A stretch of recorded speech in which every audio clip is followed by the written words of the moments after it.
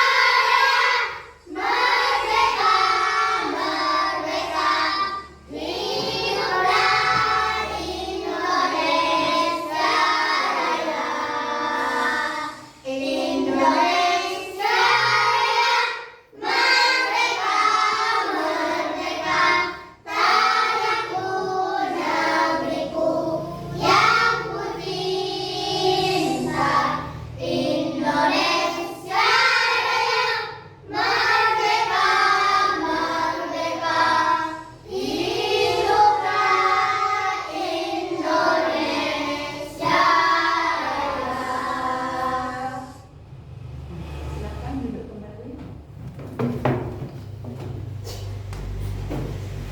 ini ada yang tidak masuk anak-anak? Ada. Si Ana, Masuk. Zaskia, Masuk. Ihromi Fauzia, Masuk. Afif, Masuk. sudah ada ya. Nah, hari ini Bu Lili akan membacakan tentang tujuan pembelajaran kita hari ini ya. Jadi tujuan pembelajaran kita hari ini anak-anak ya adalah peserta didik mengidentifikasi komponen biotik dan abiotik pada ekosistem ya. Ini Bu Lili akan menjelaskan tentang peran komponen biotik dan abiotik. Tadi sebagian sebelum Bu Lili sudah jelaskan, anak-anak sudah tahu ya. Ya. Jadi biotik itu apa dan abiotik itu apa? Nah, apa itu komponen biotik? Yaitu semua makhluk hidup yang saling berinteraksi ya. Di sana ada tumbuhan sebagai produsen, ada konsumen ya di sana, yaitu contohnya hewan, dan ada dekomposer yaitu termasuk di dalamnya jamur dan bakteri ya. Nanti semua ini akan membentuk sebuah rantai makanan yang kompleks ya. Jadi anak-anak ya, Bu Lili hari ini yang pertama akan membahas tentang produsen ya. Jadi maksud dengan produsen adalah makhluk hidup yang bisa membuat makanan sendiri. Itu disebut dengan produsen ya. Contohnya seperti apa? Seperti itu. Tumbuhan. Ada pohon mangga di luar. Nah, pohon mangga itu adalah contoh produsen. Kenapa pohon mangga itu disebut dengan produsen? Karena pohon mangga itu bisa membuat makanan sendiri, tidak tergantung pada makhluk hidup yang lain. Yaitu dibantu dengan apa? Dengan sinar matahari untuk proses fotosintesis. Yang kedua ada konsumen. Konsumen itu adalah yang memakan produsen anak-anak ya, yang memakan produsen. Contohnya, apakah cuma hewan saja Bu Lili yang termasuk konsumen? Tidak, manusia juga termasuk konsumen ya. Jadi di sini anak-anak konsumen di sini Bu Lili contohkan pada hewan. Contohnya seperti burung pipit, anak-anak mau makan apa? Padi. Padi termasuk dalam produsen. Burung pipit ini dimakan oleh apa? Ular ya. Makan oleh ular. Ular dimakan oleh apa? Burung elang ya. Hewan apakah yang memakan burung elang? Tidak ada anak-anak ya. Kalau burung elang mati, ini akan diurai oleh yang namanya dekomposer ya. Kalau burung elang mati kan di tanah ya, maka di sana nanti ada yang namanya jamur. Dibusukkanlah ini burung elangnya anak-anak ya. Dibusukkan burung elangnya, maka nanti kalau sudah busuk kan di tanah akan kembali lagi ke tumbuhan. Jadi tumbuhan ini disebut dengan produsen ya. Produsen adalah makhluk hidup yang bisa membuat makanan sendiri ya. Kemudian dimakan oleh burung pipit contohnya, ataupun hewan yang lainnya ya. Yang pemakan pertama disebut dengan konsumen 1, pemakan kedua disebut dengan konsumen 2, dan pemakan yang ketiga disebut dengan konsumen 3. Selanjutnya komponen abiotik. Komponen abiotik adalah faktor fisika kimia seperti suhu ya, cahaya, air, mineral, dan tanah. Jadi komponen abiotik adalah ya, Mbak Ika? Batu, oke, pintar. Matahari. Matahari, hebat. Air. Air. Apa lagi? Coba di kelas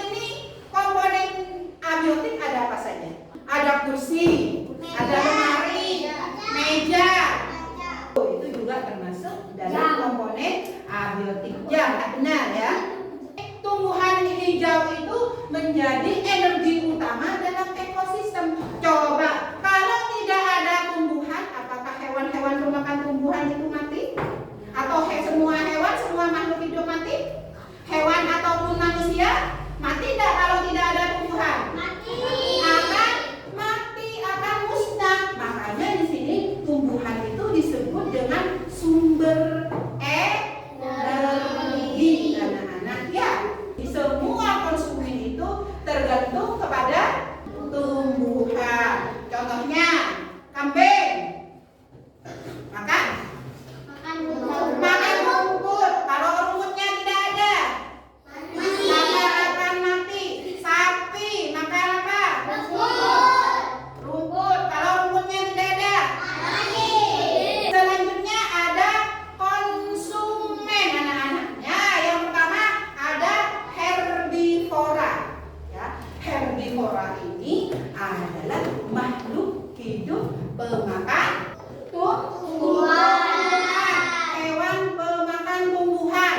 Ada kambing, ada sapi, ada kelinci. Ya, itu adalah beberapa contoh dari hewan herbivora. Jadi hewan herbivora adalah hewan pemakan tumbuhan. Selanjutnya ada karnivora.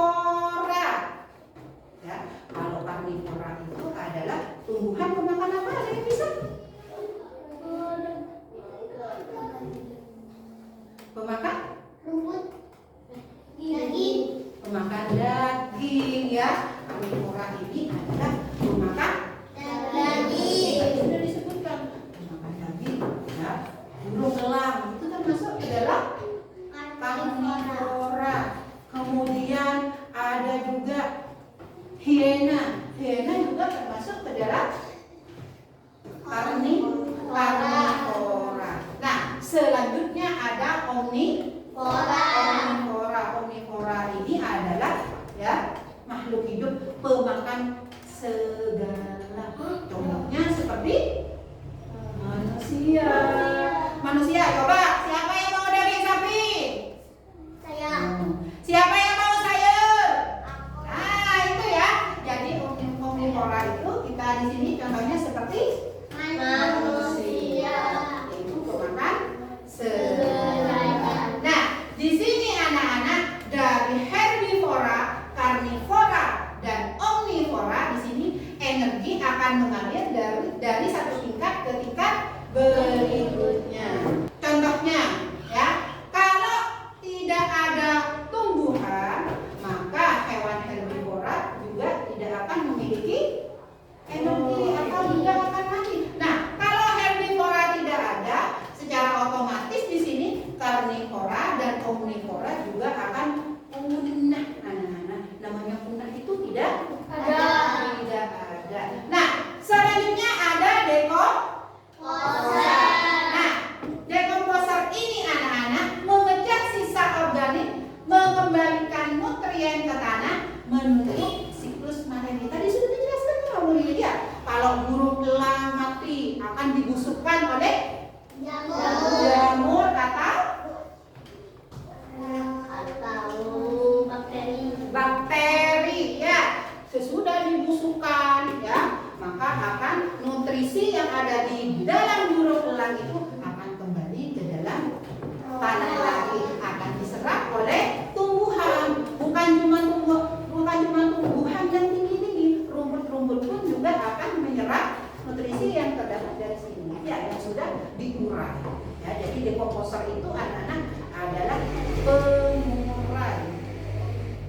Di sini Bu Lili akan menjelaskan tentang interaksi biotik dan abiotik. Interaksi makhluk hidup dan makhluk tak hidup. Nah, coba di gambar ini makhluk hidupnya apa? Pohon.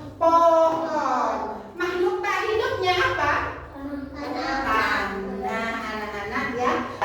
Antara makhluk hidup dan makhluk tak hidup itu saling berinteraksi. Ya, di sini makhluk hidup sangat membutuhkan yang namanya abiotik. Makhluk tak hidup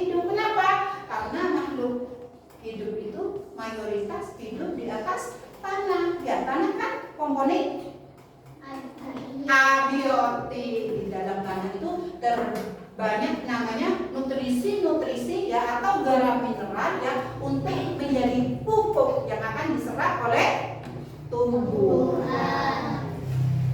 Jadi di sini antara komponen biotik dan komponen abiotik itu saling berpengaruh, anak-anak saling berinteraksi. Contohnya di sini ada cahaya. Cahaya contoh dari abiotik atau makhluk tak hidup. Air juga makhluk tak hidup. Tanah juga makhluk tak hidup. Suhu juga makhluk tak hidup. Nah, semuanya ini adalah contoh dari komponen abiotik yang sangat membantu komponen biotik. Contohnya cahaya di sini. Cahaya matahari membantu kita untuk membantu tumbuhan untuk proses fotosintesis. Di sini ada juga tanah ya. Di dalam tanah itu ada yang namanya garam mineral anak-anak yang akan diserap oleh tumbuhan. Ada juga air ya. Air ini ya sangat berpengaruh untuk makhluk hidup ya. Selain hewan, tumbuhan juga memerlukan air. Ya, kalau tumbuhan tidak ada air, kekurangan air, apa yang akan terjadi? Mati. Akan mati ya. Suhu. Nah, ini kalau suhu ya, kalau terlalu panas cahaya matahari ya, sudah siang-siang itu ya, maka di sana juga akan mempengaruhi proses fotosintesis.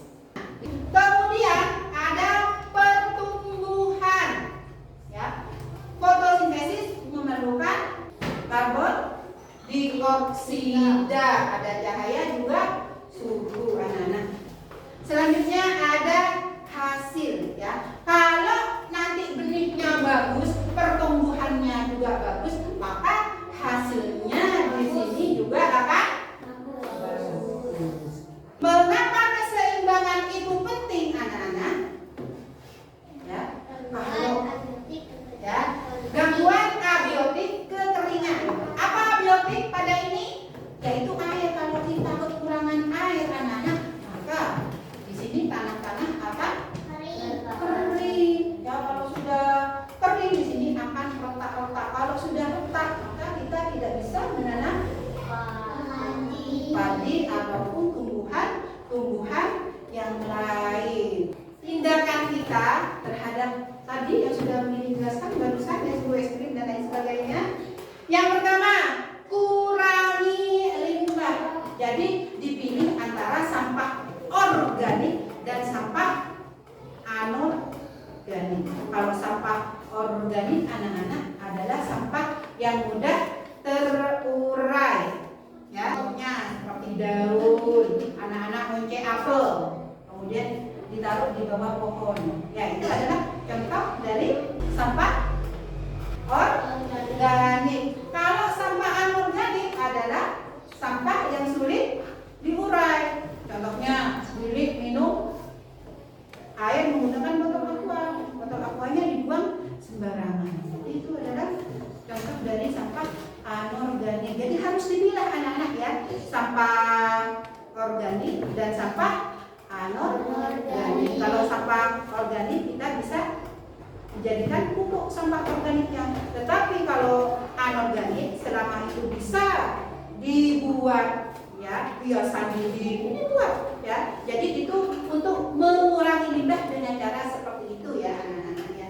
Kemudian yang kedua, hemat air ya. Mentang-mentang di rumahnya airnya anak-anak itu enak, airnya dinyalakan terus sampai mengalir kemana-mana. Ya, jadi sebaiknya anak-anak harus menghemat air. Kalau sudah selesai dipakai kerannya, ya harus segera dimatikan. Ya.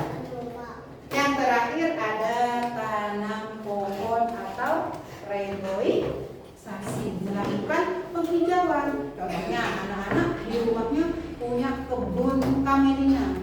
Kalau sudah dapat 10 tahun ditebang kamelinanya ya, itu harus ada penggantinya. Kalau nanti anak-anak itu ditebang, tiba-tiba ada air meluap, maka tidak akan ada penyerapan, akan bisa terjadi longsor dan lain sebagainya.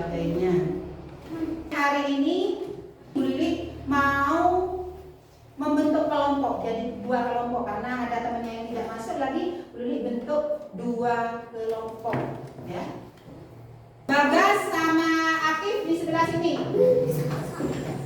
Balik ke sini, balik ke sini. Menggunakan meja Ida. Ayo Bagas sama Afif. Sini nak. Di sini. Di sana, sebelah sana, di sini dia juga. Sini. Sini. Nah, nih ya, perhatikan. Jadi, Bu Lili membentuk dua kelompok. Nah, nanti yang di sini, ya di sini, Bu Lili akan membagikan LKPD ya. Di sini tugasnya membedakan komponen abiotik, yang di sini membedakan komponen biotik. Kelompok 1, kelompok 2. Jadi caranya anak-anak ya, ini digunting terlebih dahulu. Kalau yang komponen biotik dicari, oh yang ini ditempel di sini ya. Ya, kalau komponen abiotik ditaruh di sebelah.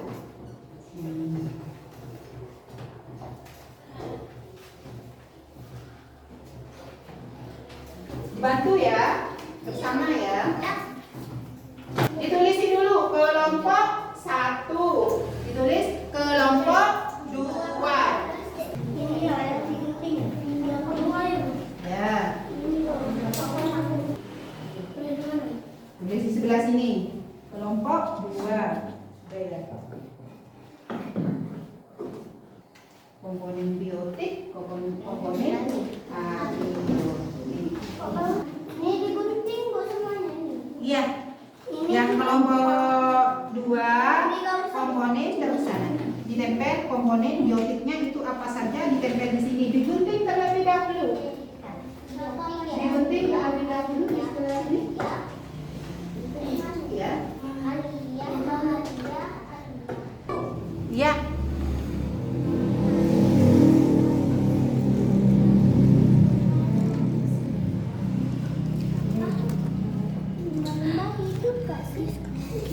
Yuk, untuk kelompok 2 komponen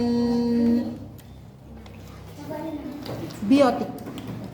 Ya. Dicari makhluk hidupnya, ditempel di biotik. Kelompok ya. Ini abiotik di sini. Kelompok 1 ya di sini ya. Ayo kelompok 1.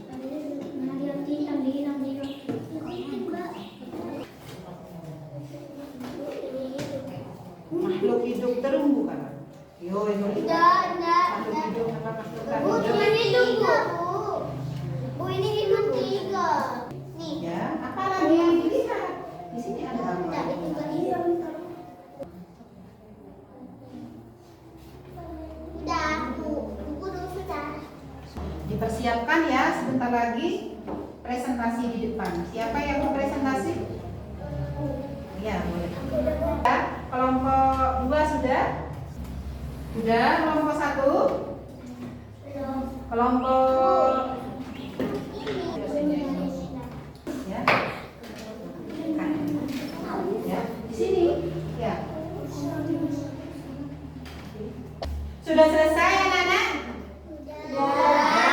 Nah, selanjutnya anak-anak ya, kelompok 1 dan kelompok 2 mempresentasikan hasil LKPD-nya di depan. Untuk kelompok 1 yang mau maju siapa?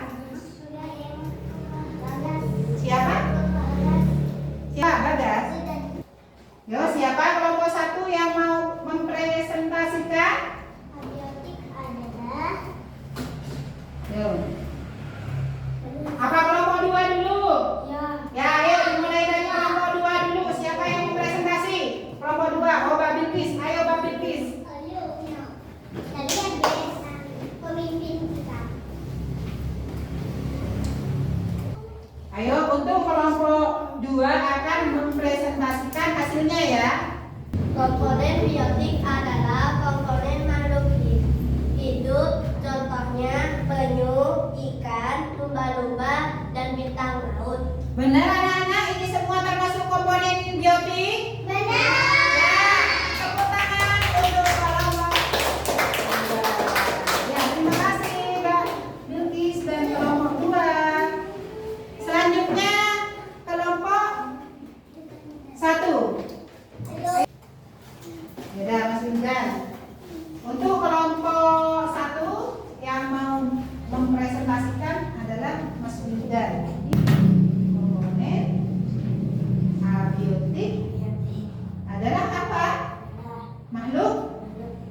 makhluk tak hidup. Coba di sini sebutkan contohnya, ada apa saja? Ya, ada air laut, ada batu, dan ada matahari. Ya, tepuk tangan untuk kelompok 1. Nah, sebelum kita mengakhiri pembelajaran, ya, marilah kita refleksi materi terlebih dahulu. Ya, bagaimana perasaannya anak-anak hari ini tentang pelajaran abiotik dan biotik? Senang atau tidak senang?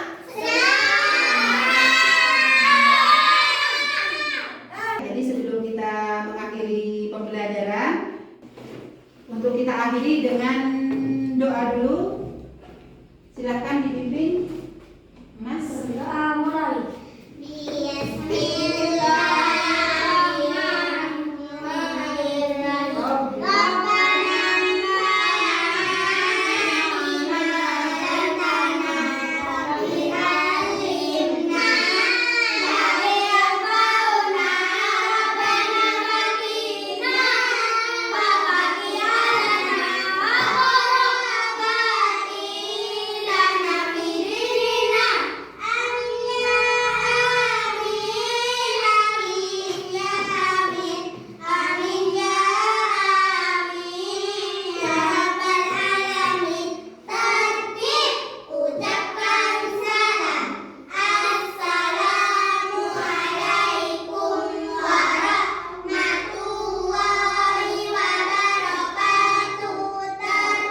Waalaikumsalam warahmatullahi wabarakatuh.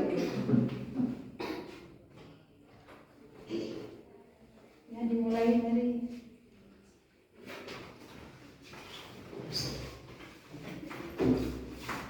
Mas Bagas.